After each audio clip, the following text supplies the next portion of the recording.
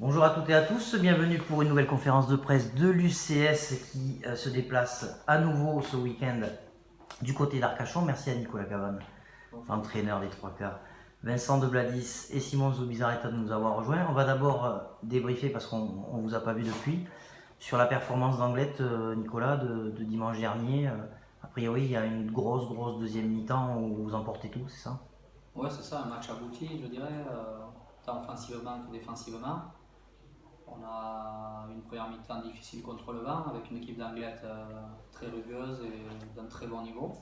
Et en deuxième mi-temps, je pense que physiquement, ils ont marqué le pas. Et nous, avec notre assurance au niveau du jeu, on les a mis à mal. C'est une excellente opération comptable parce que vous aviez énormément à perdre. À l'arrivée, vous en prenez 5 de points. Et c'est Saint-Jean-de-Luz qui se prend les pieds dans le tapis. Ouais, après, nous, on comptait que sur nous et on comptera toujours que sur nous. Et les 5 points Angleterre, la victoire était envisagée. Les 5 points, c'était un plus. Voilà, on fait une belle opération dimanche. Vincent, cette fin de match, elle a été quand même tendue parce que je crois que c'est dans les arrêts de jeu que vous allez chercher ce bonus offensif. Bon, on a une longue succession de mêlées où on peut dire qu'on a des avantages sur toutes les mêlées. L'arbitre nous siffle pas l'essai de pénalité qu'on recherchait de base et sur une dernière mêlée introduction anglaise, on récupère le ballon et Mathieu marque sous les poteaux. Simon, ça devient une machine, ce pack de devant de l'UCS. Vous tournez vraiment maintenant à plein régime. Ouais, je pense qu'on commence à prendre conscience de notre potentiel et qu'on commence à dérouler de plus en plus, quoi. Après, ouais, je pense que si on continue comme ça, plus ça va et plus ça va être difficile de nous arrêter. On a l'impression que l'UCS a frappé un gros coup, ça a dû faire parler votre résultat. On peut même marquer 35 points Angleterre. Ça n'a pas dû arriver beaucoup cette saison, même pas du tout.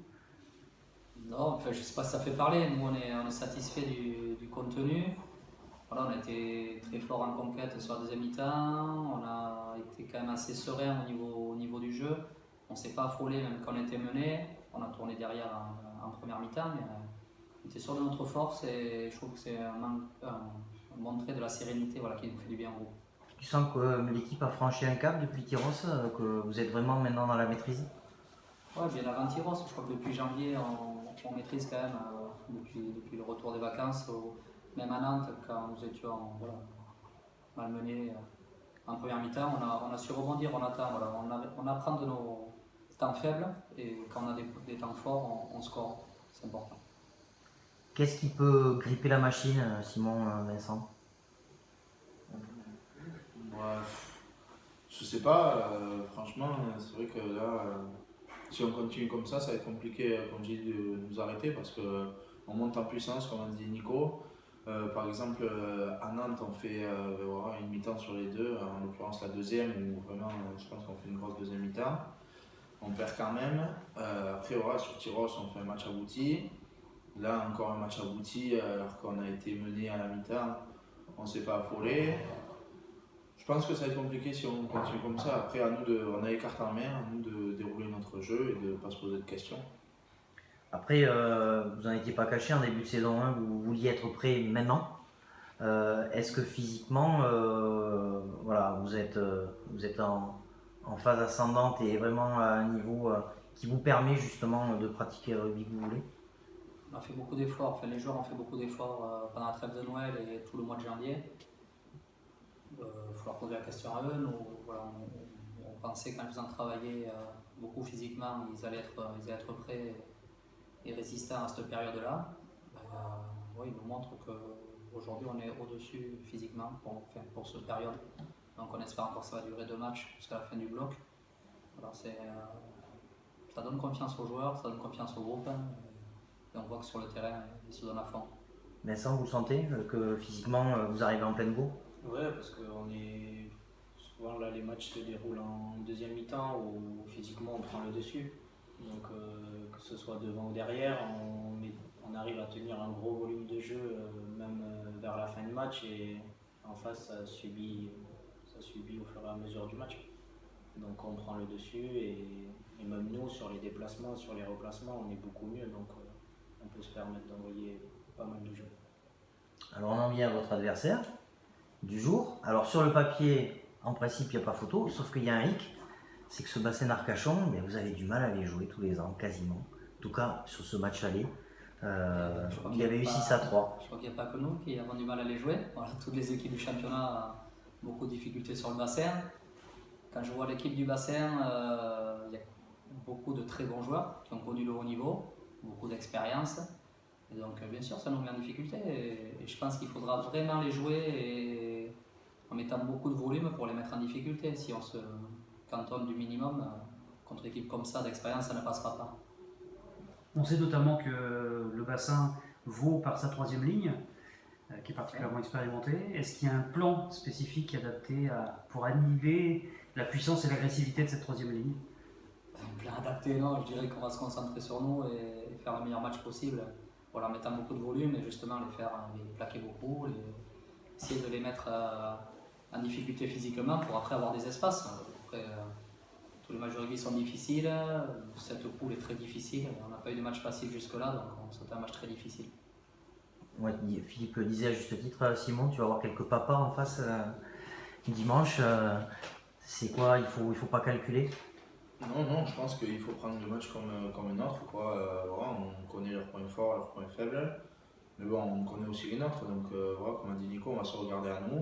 On va faire notre match et voilà, en espérant que tout le travail qui a été fourni jusque-là paye voilà, sur ce gros match qui nous attend. Parce que certes, ils sont avant-derniers, mais à mon avis, ils sont loin d'être à leur place. Parce que voilà, il y a quelques matchs qu'ils auraient pu gagner. Sur des coups du sort, ils perdent à la dernière action. Mais bon, à mon avis, ils ne sont pas à leur place. Donc il faut les prendre vraiment au sérieux et faire un gros match. Est-ce qu'on prépare le bassin comme on prépare Anglette? La stratégie, non, mais dans la préparation, oui. Et on savait dans ce bloc que le match le plus dur serait au bassin d'Arcachon. Justement, on l'avait identifié d'entrée. Donc maintenant, il n'y a pas de surprise. Ouais, parce qu'on le rappelle, ils ont fait un très mauvais début de saison, hein, ils perdent leurs 4 premiers matchs. Sauf que derrière, ils sont bien repris, ils accrochent tout le monde, ils ont tapé Dax à la maison, ils ont tapé Saint-Jean-de-Luz à la maison et ils vont vouloir vous taper ce week-end. Ils ont tapé Nantes Et ils ont aussi. tapé Nantes. Et ils ont mené partout à l'extérieur à 10 minutes de la fin. Donc c'est une équipe qui n'est jamais battue.